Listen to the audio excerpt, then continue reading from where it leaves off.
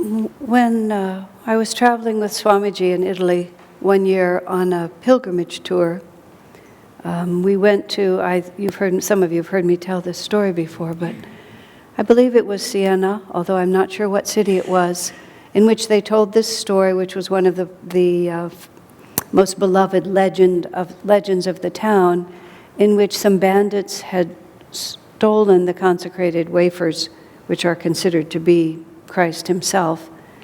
And the town, in its piety, was so appalled by this sacrilege that everybody in town prayed, and then miraculously somehow the sacred hosts were returned. And the story is that because so many people were praying, that was what generated the power that caused the miracle to happen. Swami's comment, which he didn't bother to explain to the tour guide, but just said to us afterwards, he said there must have been a saint praying, because there has to, in order for the divine power to be attracted, it isn't enough for 100 people to pray a little. 100 people praying a little doesn't make one big prayer, because when you're praying just a little, you're praying at a certain vibration of energy, power, faith, and I don't mean a little in terms of time, but we focus whatever we are is what we bring to our spiritual life, and we can't, there's no trick, there's no particular dogma, particular ritual, no mantra that in itself has more power than we bring to it. Sometimes people think of spirituality like magic. Like it's just I learn these formulas and then everything automatically falls from that. And that was essentially what that tour guide was trying to say to us. There were enough sincere people and that was enough. But it has to do with being able to pull energy and raise our energy into a divine flow that opens the channel for something to come through. It's not really like God is whimsical, just sort of, I like this one, I don't like this one. We've had our quota of miracles in that country, so no more miracles over there. The miracles are over here. It's that the energy is always there, and it's always available, but we ourselves don't make a receptive vehicle for it. This is where in the Bible it says, John says, as many as received him, to them gave he the power to become the sons of God. And it didn't necessarily mean those who wanted to receive him, but it was those who were capable of receiving. And that capability to receive is a harmonizing of our own vibration with a higher vibration. This is where the masters say, even though some people claim that they'll channel Yogananda or they'll channel Jesus, they'll go into some kind of a state and they'll just tell you all about what Jesus says and what Sri Teshwar says. And many people who do that may sincerely believe that they are in fact channeling those great masters. But Swamiji has pointed out that the masters don't come, I want to use the word so cheaply, which is we ourselves have to do the necessary discipline to put ourselves in alignment. And it's the alignment that causes their energy to come, not their whim, but simply removing the dissonant aspects of our own nature that keep us from feeling God's presence. The irony of the whole situation is that the masters are always exactly the same. They're exactly like a lighthouse, and they're always beaming that light, trying to keep us from crashing on the rocks that block our approach. And the light is always flashing just the same, but sometimes we have this self-generated fog, or we're sipping a glass of wine and we're not looking, or we don't even know where the light is and we have our head on the floor. But the light is always exactly the same, or the sunlight on the window, depending on how wide open the curtains are. So our part of the spiritual life is to understand those things within us which are vibrating other than with the Spirit. And of course, there's lots of stuff. But every Sunday morning, before this service begins, we do a purification ceremony. And it's a very simple ceremony that Swami created some decades ago. And the individual says, I seek purification by the grace of God. And Swami, when he first created this, he said he wrote the phrase, this is in lieu of confession. He was contrasting it with, he wrote it in Assisi at a time when Ananda was integrating itself with the Italian culture. So much of what he did, he saw in contrast to the way the Catholic Church had been doing things. But the Catholic attitude is that we have all these darknesses, and we have to keep putting out these darknesses, and then the priest will wipe them away by we do these certain things, and then we have to have more darknesses that we have to bring. I didn't grow up in that context, but I've been told by people who were Catholic children that you are required to find some sins to confess.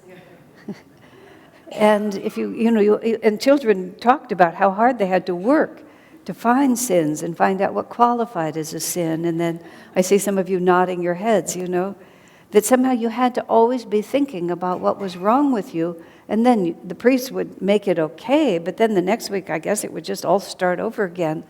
I wasn't raised in that tradition, thank you. I was just raised with Jewish guilt that just never stopped. There was no end to that. At a certain point in my growing up, I came to Ananda very young, and in my 20s. And my parents, over the 30-some years that they lived after I was involved, they alternated as to whether they liked it or not, just sort of according to some inner thermometer that I could never quite discern. And at one point, when my mother was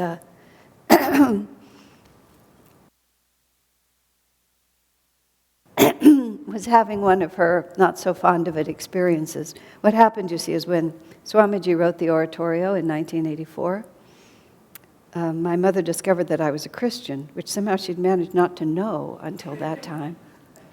I told her it hadn't just started in 1984, but for her, that was the point at which it started, and so she felt some obligation to be upset about that. And I was not raised at all seriously in the Jewish religion. It was a cultural identity more than religion. So at some point in this particular cycle, she started saying, if only we had raised you in the Jewish faith. And I kept, maybe this wouldn't have happened.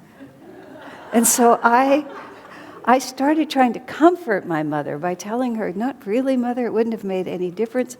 And, she kept saying, no, if only.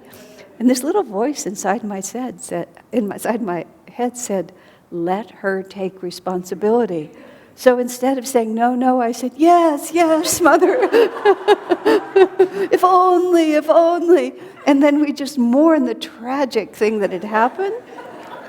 That was the end of it. No problem after that. She just needed to suffer. Once I supported her suffering, then everything was normal again. We were fine. In contrast to this, Swami creates the purification ceremony, which the principle of this is extremely profound. It sounds very simple, but it's very, very profound. Are we fundamentally good and have gotten a little dusty? Or are we fundamentally bad and some great act of grace has to rescue us from our essential terribleness? I mean, the Catholic position of whatever original sin actually means is that we're terrible and by Christ we have been redeemed.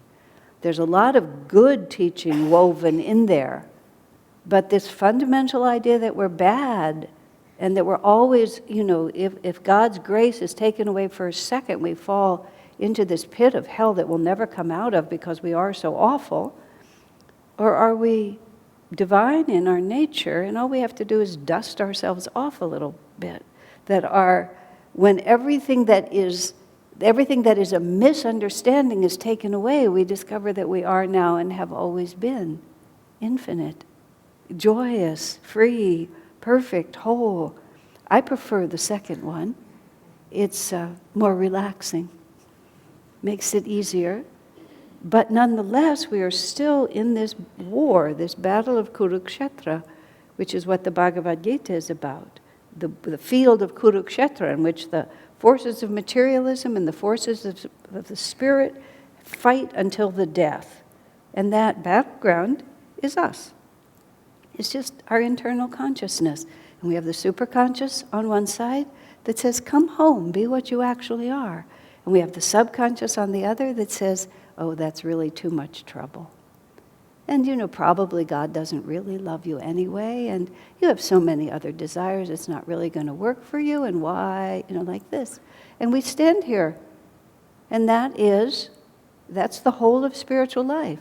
Kriya Yoga, meditation, chanting, mantras, grace of God, discipleship, all of it is just to strengthen our capacity to allow ourselves to be what we've always been, and to break away from this extremely long-standing habit that somewhere or another it's not going to work out. Now, Jesus uses the image of a child because the child, ideally, has this tremendous free expectation of goodness and joy and fun. You see children, they just become so excited and have such a good time over practically nothing. And the ideal, the baby just lifts up his or her arms and expects mother to just reach down and pull that child up. I watched a child running across a wide distance. I was out at the park, and the father was sort of kneeling on the ground here, and the child started a long ways away, ran as fast as he could and threw himself at his father with all his strength. There wasn't an ounce of restraint or doubt in that child's mind. And the father was a big man and just took him in just like that. Now that's what Jesus is talking about. When Jesus says, be as little children, he's not talking about, the kind of timid holding onto the skirts, maybe. He's talking about, why would I not be received? Why would God not give me everything that my heart desires? Now, we start out like little children in this life. We start out as little children in this life. And then piece by piece by piece, things happen to us. And how we respond to those experiences determines whether or not this incarnation goes more and more towards superconsciousness, or whether it just keeps hiding out in what I would call the known misery. It's not really joy, but at least we know how bad it's going to get. And the cycle of one incarnation from childhood to adulthood is just a symbol of the much longer cycle from when we are first manifested to when we finally merge back to the infinite, from the drop of water coming up from the earth and finally merging into the sea. And when Jesus says, be therefore as little children, the example that the masters themselves set is childlike on one side and earth shaking with so much power on the other. And that's the amazing, interesting balance that we're all supposed to find in our lives. Swami Kriyananda had so much determination when he set his mind towards something. I so often mistakenly, found his intensity intimidating or a little annoying. And I was always trying to, not always, but too often, trying to comfort him by trying to get him to lower his standards a little bit. In the book I wrote about his life, stories of experiences, I talked about when he was recording television shows based on his commentary on the Bhagavad Gita. And he would set himself, always he would set himself these goals that challenged him to reach. But I learned gradually he would set them for intuitive reasons. Just as Master in his life, Master was always in such a hurry. And Durga Mata in her book writes about that. Master was always in a hurry. Everything had to be done right now. They're building the Encinitas temple, they're building the golden towers. People have to work all day and all night to get them done. Because Master died so young. I mean, people around him not thinking clearly, well, yes, what's the hurry? Well, he knew there was a hurry. And with Swamiji, I came to know that there would be these waves of energy, perhaps, coming from the astral world, from the causal world, from Master's insistence to him that now is the time and now is the time to do it. And often he would comment that if you don't catch the wave and ride it when it comes, it doesn't necessarily come back again. And that's a very important principle of accomplishing. He talked about one, it was a program, it was music and slides that he was working on, and he was trying to get it finished, and then something discouraged him. Somebody interfered and made it impossible for him to finish, and he never finished it. And he could feel that. He could feel that if he didn't push the wave right at the moment, then you have to take the inspiration when it comes. I've certainly found that when I'm doing creative work. Swami would talk about that. When the ideas come, you have to get up and write them down. When the melody is there, you have to sing it in the moment. You can't just say, I'm a little tired now, come back later. Because when the vibration lifts you, if you don't open yourself on that same level of energy to receive it, then it'll just go find a more receptive channel. Swamiji says many things are God's will for this world, but for lack of receptive channels to express that will, then those blessings are not offered. And so we have to be always wide awake, listening, like the Bible verse that we sometimes have about the virgins who had to keep oil in their lamps and keep the oil burning because they never knew the hour when the bridegroom was going to come. And when he did come, those who weren't ready, he just shut the door and they weren't allowed in. It's a horrible Bible verse, my least favorite. Whenever it comes up, I hope to be out of town. But nonetheless, there it is. It's horrible because it's so true, which is if we are not receptive, God will not insist. And so when Swamiji, when he was putting out this kind of effort, when he was doing those television shows, he set himself a goal. It seems crazy when I say it. Did he do 14 a day? Some very large number. They were 15 or 20-minute programs. He would just do one after the other. His body was not strong. He was living in India. This was 2004, so he died in his 80s in 2013, so he was already well past his expiration date, and the systems were breaking down. But one day in the morning, I was there in Gurgaon where he was doing it, and I fixed him breakfast, and I put the breakfast on the table, and when I came back, he was sitting there with his hand on his chin like this, and he hadn't touched his breakfast. And I said, "Sir, you haven't eaten anything." And Master told him to eat 3 times a day, so he always ate very steadily. He always was very realistic. He didn't skip. Very regimented. He didn't skip. He said, "I just don't have the energy to lift the spoon." He said like that. I said, "Swamiji, you don't have to record today. You can just stop. They can come tomorrow. You can take a day off." He looked at me like this. He said, "Get thee behind me, Satan." Well, when Swami says something like that to you, whoo, it stiffens your spine really big. I said, I'm fighting on the wrong side. He said, "Yes, and I don't appreciate it." With very strong words from Swami. "I don't appreciate it." Oh, I see. I should be helping you. I should be saying, here, what can I do to give you strength? How can I stand by you? How can I reinforce the commitment that you've made? This is what you're going to do. He talked from many years ago when he was trying to buy Ananda Village, Ananda Meditation Retreat, and he was virtually single-handedly. And some nefarious merchant he was paying off a bill, and the man tried to put a lien on the property anyway. And suddenly Swami needed like $10,000 or $13,000 very fast. And he had a very small circle of people. This is 1968, that was also a whole lot more money. And he said he was driving in the car and his hands were shaking like this. And this woman says to him, she's fighting on the wrong side, just come home and we'll have a nice cup of tea and you'll feel better. Swami responded, I don't care how I feel. I have to solve this problem. What am I going to do? Like that. We don't think about this as childlike. Oh, whatever happens, like this.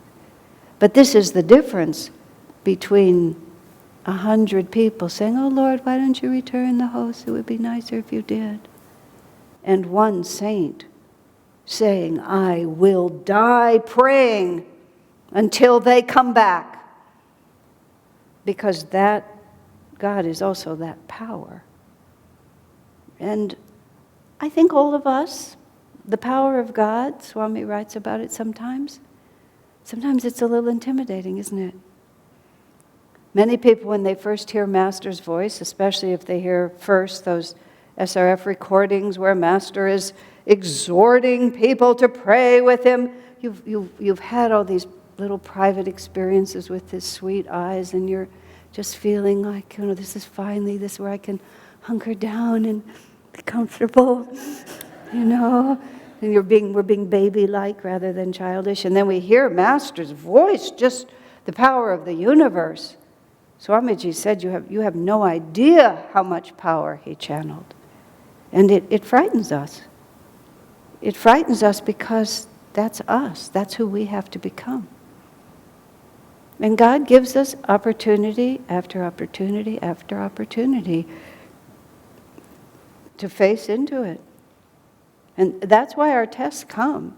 Our tests don't come really to make us suffer at all.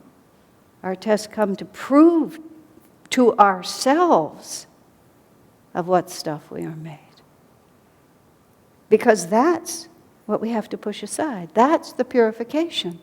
The purification is to lose this idea that I am weak and I am small and I am vulnerable and I'm sensitive and I've been wounded and all these things. No, we are not.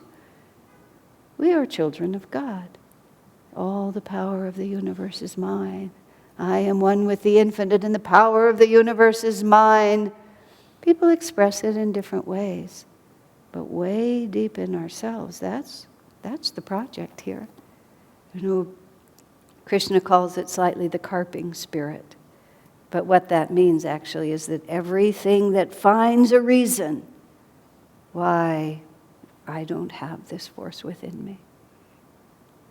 We are starting on a project here in this particular congregation represented. I talked about this last week. I'm not going to talk about it entirely. Represented by the Golden Palace here. It is to turn the community that we live in from being privately owned to being owned by Ananda. It's a project that involves millions of dollars, multiple millions of dollars. It's just money, though. We've gotten it down just to a matter of money, which actually has taken more time than you might think. And we could have done this at any time in the last 27 years that we've been living here. And strangely, though, the force that now is the time has been insisting sort of in the background. And I was actually trying to think, I was talking to a friend last night, just like, why now? And where does confidence in this come from? Well, it's partly because of the ever-expanding rents, because we lease this property, and as the rents begin to go absolutely haywire, it's beginning to have an extremely deleterious effect on our community. And, it's like, where is this going to end kind of feeling. But there's another aspect to it which relates to this feeling of power. And you're going to hear me be talking about this probably a lot. And I saw this in Swami so many times when we, in fact, were first looking at the project of acquiring that community in the way that we decided to acquire, which it would be privately purchased and we would lease it, and it would be a business arrangement, which has worked. It has been positive up to a point, but not anymore. But we asked Swami, how should we pray for this? And I remember so vividly what he said. Self-evidently, this is a good thing. Don't keep asking God, do you want this? Do you want this? Do you want this? Of course He wants it. Why would He not? This is what is needed for God's work. And it was very helpful phrase in our minds, because so often we think that we have to constantly be saying to God, this is what we're going to do, maybe. This is what we're going to do if you don't mind, like this. But at a certain point, you don't hear the Masters. Master didn't say, go north, south, east, west, cover the world with little colonies to prove playing, living, and high thinking, if you want it. He never spoke like that. You don't know what a terrible cataclysm is coming. Now is the time. Now is the time to realize God, if you want me to. We have to unite our consciousness with that divine power. I look at all of you, and I was here yesterday listening to Todd play the piano, and there was a wonderful crowd of people here, and I was thinking, there is so much spiritual power within these walls. In you. I don't mean within the building, it's not magic, but in you, all of you. It's right there. And it's self-evident that God wants us to use that power in order to share His presence with all, to liberate ourselves and to liberate as many others as we can get to come with us. And we have to live somewhere. We have to raise a banner that people can see. We have to prove in our own lives that this can be done. We have to prove it to ourselves, and we have to prove it to others. And we've done a lot of it so far. We've done a good job. And now we have another job. And the end point of this is going to be establishing not only a temple, not only a school, but also a community that will endure for generations and won't be just a coming and going, eaten up by what happens in the world that is not our world. We'll plant it deeply in the spirit. But the reason it'll succeed is because saints will pray for it or become saints praying for it. And it's a challenge. I've never myself stepped out this way. And we've stepped out pretty far, but I've never stepped out this far. But I feel the wind of spirit pushing us. And I ask you all, drop the carping spirit. We're not interested in the facts. We're interested in the divine power. Self-evidently, this is what we should do. We were born to do this. And if not enough of us, but enough of us saints, pray like saints. Become saints in praying. I think Babaji can do it, don't you? Okay, God bless you.